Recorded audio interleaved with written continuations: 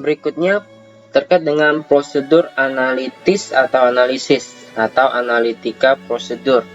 Nah, definisi dari prosedur analisis itu apa? Yaitu perhitungan yang dilakukan oleh auditor dalam proses audit dengan cara membandingkan antara yang pertama, antara data keuangan yang satu dengan data keuangan yang lainnya, atau antara data keuangan dengan data non keuangan gitu. Jadi prosedur analisis ya perhitungan yang dilakukan oleh auditor dalam proses audit, yaitu ada dua hal yang dibandingkan, yaitu pertama data keuangan satu dengan data keuangan lainnya. Jadi mencocokkan data kuantitatif gitu. Jadi antara data yang versi A dengan versi B apakah sama atau tidak, atau dari departemen A dengan departemen B sinkron atau tidak, atau dari periode sebelumnya dengan periode berjalan sama atau bagaimana perubahannya, signifikan atau tidak gitu. Apakah ada indikasi-indikasi adanya kesalahan saji atau adanya penyimpangan gitu. Kemudian yang kedua, antara data keuangan dengan data non keuangan. Nah, ini terkait dengan data kuantitatif yang data historis yang sudah terjadi, yang sudah terrecord atau yang ada tercatat dalam laporan keuangan klien yang dicocokkan dengan data yang semestinya, data kualitatif baik dalam bentuk pernyataan dari si klien ataupun dari si manajemen dari si klien, ataupun dengan fisik atau kondisi yang sebenarnya yang dapat dilihat atau diperiksa secara kasat mata gitu. Nah, ini antara data keuangan dengan data non keuangan gitu. Nah, ini terkait dengan prosedur analitis. Kemudian tujuan prosedur analisis atau analitika prosedur. Di sini ada 3 tujuan prosedur analitis. Yang pertama itu membantu auditor dalam merencanakan sifat, saat, dan lingkup dari prosedur. Jadi ya prosedur analisis ini ya membantu auditor dalam memudahkan proses auditnya, tahapan-tahapan auditnya dalam merencanakannya, kemudian sifat auditnya, merencanakan sifat auditnya bagaimana, prosedur langkah-langkahnya seperti apa yang mau dipakai dalam proses auditnya, dalam pengumpulan bukti-buktinya, kemudian saatnya, waktunya, gitu, penetapan waktunya agar hasil audit bisa efektif dan efisien sesuai dengan tenggat waktu yang telah ditetapkan, gitu. Jadi tepat waktu dan juga lingkup prosedurnya yang meliputi apa aja sih proses auditnya itu. Jadi kegiatan auditnya itu, pemeriksaannya itu meliputi apa saja lingkup prosedurnya gitu. Kemudian yang kedua ya, sebagai pengujian substantif untuk memperoleh bukti tentang asersi. Nah, ini sebagai pengujian substantif berarti ya secara kuantitatif ya untuk memperoleh bukti-bukti dalam temuan-temuan audit terkait dengan pernyataan-pernyataan dari manajemen dalam pelaporan keuangannya itu. Dan yang terakhir ya sebagai review atas informasi keuangan yang digunakan ya proses auditnya itu untuk ya tentunya untuk mereview informasi keuangan dari asersi manajemen, dari pernyataan manajemen, yaitu berupa laporan keuangan dari si klien itu sendiri gitu. Jadi tujuan prosedur analitis ya terkait dengan tiga cakupan ini. Yang pertama, membantu auditor dalam merencanakan sifat, saat, dan lingkup prosedur. Kemudian yang kedua sebagai pengujian substantif dalam memperoleh bukti-bukti audit terkait dengan asersi, dan yang terakhir sebagai review atas informasi keuangan. Kemudian prosedur analisis dilakukan selama 3 kali selama penugasan kerja berlangsung. Jadi selama penugasan atau proses audit dilakukan 3 kali ya selama terkait dengan prosedur analisisnya. Itu mencakup 3 fase. Yang pertama itu perencanaan yang kita bahas di chapter ini. Kemudian yang kedua pengujian, ya melakukan pemeriksaan, dilakukan pengujian kembali, perhitungan kembali, konfirmasi atas dokumen, kemudian lain sebagainya terkait dengan bukti audit dan juga proses audit yang chapter-chapter sebelumnya sudah kita bahas. Nah, itu terkait dengan proses audit ya. Proses dari kegiatan audit itu, pemeriksaan atas pelaporan keuangan dari si klien. Dan fase yang terakhir yaitu terkait dengan penyelesaiannya, yaitu pemberian pendapat dari auditor atas hasil pemeriksaan laporan keuangan dari si klien yang dituangkan dalam laporan audit independen. Gitu. Nah, ini terkait dengan prosedur analisis yang dilakukan selama terkait dengan 3 fase ya selama penugasan kerja berlangsung. Kemudian jenis prosedur analisis. Di sini ada 2, ada trade research dan service competitive service. Ya, jadi ada dua prosedur jenis audit. Kemudian lanjut ke jenis prosedur analisis. Di sini ada 5 jenis prosedur analisis ya. Itu. Yang pertama itu membandingkan data klien dengan data industri atau horizontal. Jadi membandingkan data secara horizontal antara datanya si klien dengan data yang menurut informasi atau menurut estimasi perencanaan atau hitungan rata-rata berdasarkan data-data industri ya, data industri atau data dari perusahaan kompetitor yang sejenis di bidang usaha yang sejenis. Nah, itu yang pertama, membandingkan data klien dengan data industri ya secara horizontal. Kemudian yang kedua itu membandingkan data klien dengan data yang serupa pada periode sebelumnya. Jadi membandingkan datanya si klien di periode berjalan dengan datanya si klien di periode sebelumnya. Nah, dilihat, diperbandingkan, dihitung, kemudian dibandingkan apakah ada kenaikan yang wajar atau tidak wajar, signifikan atau tidak signifikan. Nah, sesuai dengan kondisi yang dialami oleh klien itu. Kalau kenaikannya wajar ya berarti nggak masalah ya. Kalau misalnya ada kenaikan signifikan yang tidak wajar ya tentunya itu akan menjadi concern dari si audit, menjadi fokus dari audit terkait dengan perbedaan tersebut. Nah, kok bisa perbedaannya sejauh itu atau sesignifikan itu? Itu alasannya kenapa ya tentunya akan diinvestigasi, akan ditelusuri oleh si audit. Nah, temuan-temuan itu akan dicari bukti-bukti auditnya untuk menunjang atau membantu si audit dalam membuat suatu pernyataan atau kesimpulan gitu. Kemudian yang ketiga, jenis prosedur analisis yang ketiga itu membandingkan data klien dengan data yang diperkirakan oleh klien. Nah, ini biasanya terkait dengan realisasi dan perencanaan dari manajemen perusahaan. Gitu, apakah sudah sesuai atau tidak? Gitu, apakah mendekati atau tidak? Gitu. Ya, misalnya terkait dengan perencanaan penjualan, targetnya berapa, tetapi realisasinya berapa. Nah, pencapaian penjualannya atas targetnya itu wajar atau tidak gitu.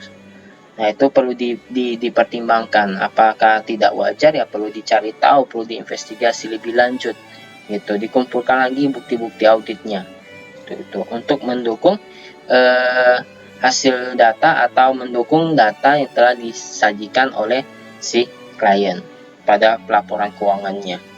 Kemudian yang keempat itu membandingkan data klien dengan data yang diperkirakan oleh auditor. Nah, auditor kan tentunya berdasarkan wawasan atau pengetahuan yang diperoleh, tentunya dia bisa membandingkan, bisa melakukan estimasi atas kisaran data-data yang disajikan atau informasi keuangan yang disajikan oleh klien pada pelaporan keuangannya. Sama tidak dengan hitungan auditor, menurut auditor, estimasi dari auditor gitu. Nah, pengumpulan dari auditor yang bisa aja dalam bentuk rasio keuangan gitu, atau berdasarkan data-data yang telah telah diestimasikan atau diperhitungkan oleh si auditor. Dan yang terakhir itu membandingkan antara data klien dengan hasil perkiraan yang menggunakan data non keuangan. Nah, ini data-data non kuantitatif ya. Ini berupa ya konfirmasi kepada pihak ketiga maupun ke pihak internal dari si klien pada perusahaan tersebut. Nah, konfirmasi data-data non keuangannya, apakah sama atau tidak dengan pelaksanaannya, dengan realisasinya gitu. Ini terkait dengan konfirmasi baik kepada pihak eksternal ataupun kepada pihak internal. Nah, ini terkait dengan 5 jenis prosedur dari prosedur analytical, prosedur audit. Ya, ini terkait dengan 5 jenis analytical atau analitis prosedur audit. Gitu. Kemudian, auditor akan melakukan prosedur analytical dengan menggunakan rasio keuangan yang tadi saya sampaikan ya. Jadi biasanya itu pada umumnya auditor tentunya akan melakukan salah satunya, yaitu melakukan prosedur analytical dengan menggunakan rasio keuangan.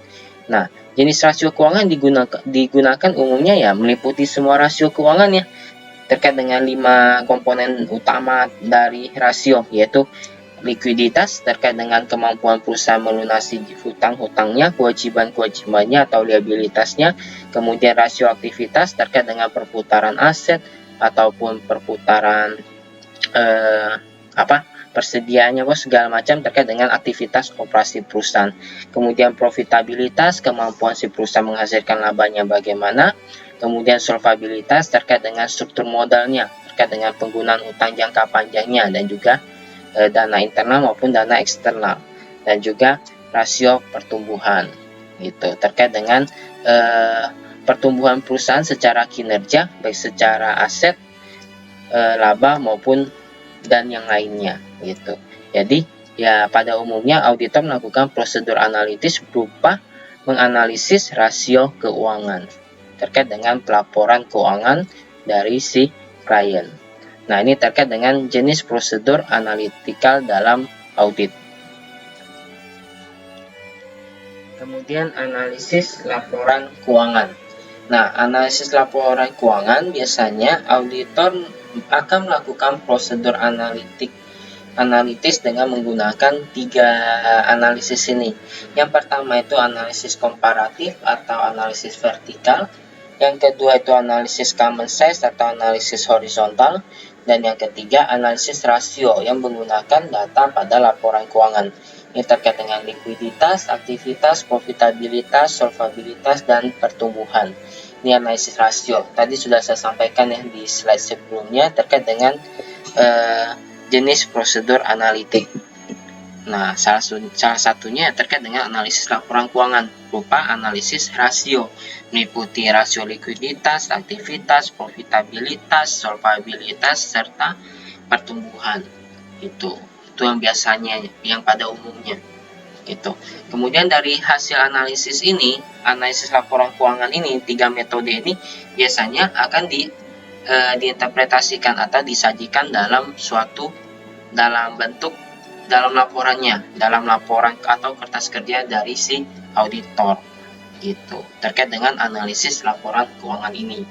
Itu menggunakan salah satunya, bisa saja pakai tiga-tiganya ataupun salah satunya, terkait dengan kebutuhan dan fungsinya, terkait dengan kebutuhan dan fungsinya pada masing-masing komponen pada yang ada di laporan keuangan gitu. Kita mulai dari analisis komparatif atau analisis vertikal. Nah, analisis komparatif ini biasanya adalah teknik analisis yang dilakukan dengan cara membuat perbandingan antar elemen yang ada pada laporan keuangan pada satu untuk beberapa periode berurutan. Jadi dianalisis berdasarkan periodenya, makanya itu vertikal ya, dari periode sebelumnya dengan periode berjalan. Dilakukan analisis atas perubahannya gitu. Tujuan analisis komparatif adalah untuk memperoleh gambaran tentang arah atau kecenderungan terkait dengan perubahan, baik kenaikan ataupun penurunan yang mungkin akan terjadi pada setiap elemen pada laporan keuangan di masa yang akan datang. Ya, biasanya dilihat trennya juga di situ. Informasi hasil analisis komparatif bermanfaat untuk memprediksi tentang kemungkinan yang akan terjadi pada setiap elemen pada laporan keuangan di masa akan datang. Ya, kurang lebih yang tadi saya sampaikan juga tadi. Ini terkait dengan trennya, baik bisa aja kenaikan maupun penurunan gitu. Jadi kalau analisis komparatif itu atau analisis vertikal yaitu menganalisis suatu elemen pada laporan keuangan berdasarkan periode waktunya antara periode sebelumnya dengan periode berjalan terkait dengan perubahannya. Nah, dari perubahan itu dijadikan acuan sebagai prediksi di masa prediksi atas prediksi atas apa yang akan terjadi di masa yang akan datang berdasarkan tren yang dialami oleh entitas. Nah, itu analisis komparatif atau analisis vertikal. Sedangkan kalau analisis common size atau analisis horizontal itu menganalisis elemen-elemen yang ada di laporan keuangan, antar elemennya dianalisis gitu. Jadi analisis common size adalah teknik analisis yang dilakukan dengan cara membuat perbandingan antara suatu elemen yang ada di laporan keuangan tertentu sebagai komponen dari elemen yang lainnya yang ada pada laporan keuangan yang sama. Gitu. Jadi dilihat antar elemennya, perbandingan antar elemennya yang berkaitan pada laporan keuangan. Biasanya tujuan analisis common size ini adalah untuk memperoleh gambaran tentang ada beberapa hal ya, yaitu komposisi dan proporsi investasi pada setiap jenis aktiva. Nah, ini asetnya, aktiva atau aset. Ini dilihat proporsi dari masing-masing aset yang dimilikinya atas keseluruhan aset berapa itu. Kemudian bisa saja untuk membandingkan struktur modal atas suatu dana pendanaan terkait dengan total liabilitas dan ekuitasnya gitu. Jadi untuk dilihat struktur modalnya terkait dengan pendanaannya, baik dari pendanaan secara internal maupun eksternal. Nah, itu bisa dilakukan juga pada analisis common size. Kemudian ada bisa saja untuk distribusi hasil penjualan pada biaya dan laba. Nah, itu dihitung antara biaya dan laba penjualannya, komponennya berapa dalam menghasilkan laba. Gitu. Nah, kurang lebih seperti itu terkait dengan analisis common size. Ya, misalnya ambil contoh, total aktiva 1M, aset lancarnya itu 400 juta, aset tetapnya itu tidak lancarnya itu 600 juta. Nah, dilihat perbandingannya, komponennya, berarti aset lancarnya itu 400 juta berbanding 1M dari keseluruhan aktivanya. Gitu. Jadi dilihat komponennya, antar komponennya yang ada pada laporan keuangan berdasarkan fungsi dan tujuannya, tujuan tertentunya gitu. Nah, itu bedanya antara komparatif dan common size. Kalau komparatif itu perbandingan dari waktu ke waktu, kalau common size itu antar elemen yang ada pada laporan keuangan gitu. Kemudian yang ketiga itu analisis rasio yang menggunakan data laporan keuangan. Ini tadi sudah saya sampaikan ya, dilakukan analisis rasio untuk menilai atau melakukan pemeriksaan atas laporan keuangannya gitu, terkait dengan likuiditasnya, aktivitasnya, kemudian profitabilitas, solvabilitas, dan pertumbuhannya. Pokoknya segala sesuatunya keseluruhannya mencakup kegiatan operasional perusahaan gitu. Nah, itu yang dimaksud dengan analisis rasio yang menggunakan data laporan keuangan. Nah, 3 analisis ini ya bisa aja dilakukan secara bersamaan maupun tergantung kebutuhan dan tujuannya sih intinya. Hasil analisis ini tentunya akan diinterpretasikan, akan disampaikan pada kertas kerja audit. Gitu. Oke, jadi analisis laporan keuangan selesai terkait dengan prosedur analisis. Berarti untuk materi chapter ke-8 ini berarti sudah selesai ya. Dan kita bahas, kita diskusikan sama-sama di video kali ini. Jadi di video kali ini di chapter 8 ini kita belajar terkait dengan perencanaan audit dan prosedur analitikal terkait dengan proses audit. Nah, itu sudah kita bahas di chapter 8. Berarti di video berikutnya, di pertemuan berikutnya kita akan membahas materi chapter yang baru lagi, yaitu di chapter yang ke-9. Oh ya, maksud saya chapter 7 ya, di chapter ini, dan pertemuan berikutnya masuk ke chapter 8 maksud saya. Jadi dari chapter ke-7, pertemuan berikutnya kita lanjut ke chapter yang ke-8.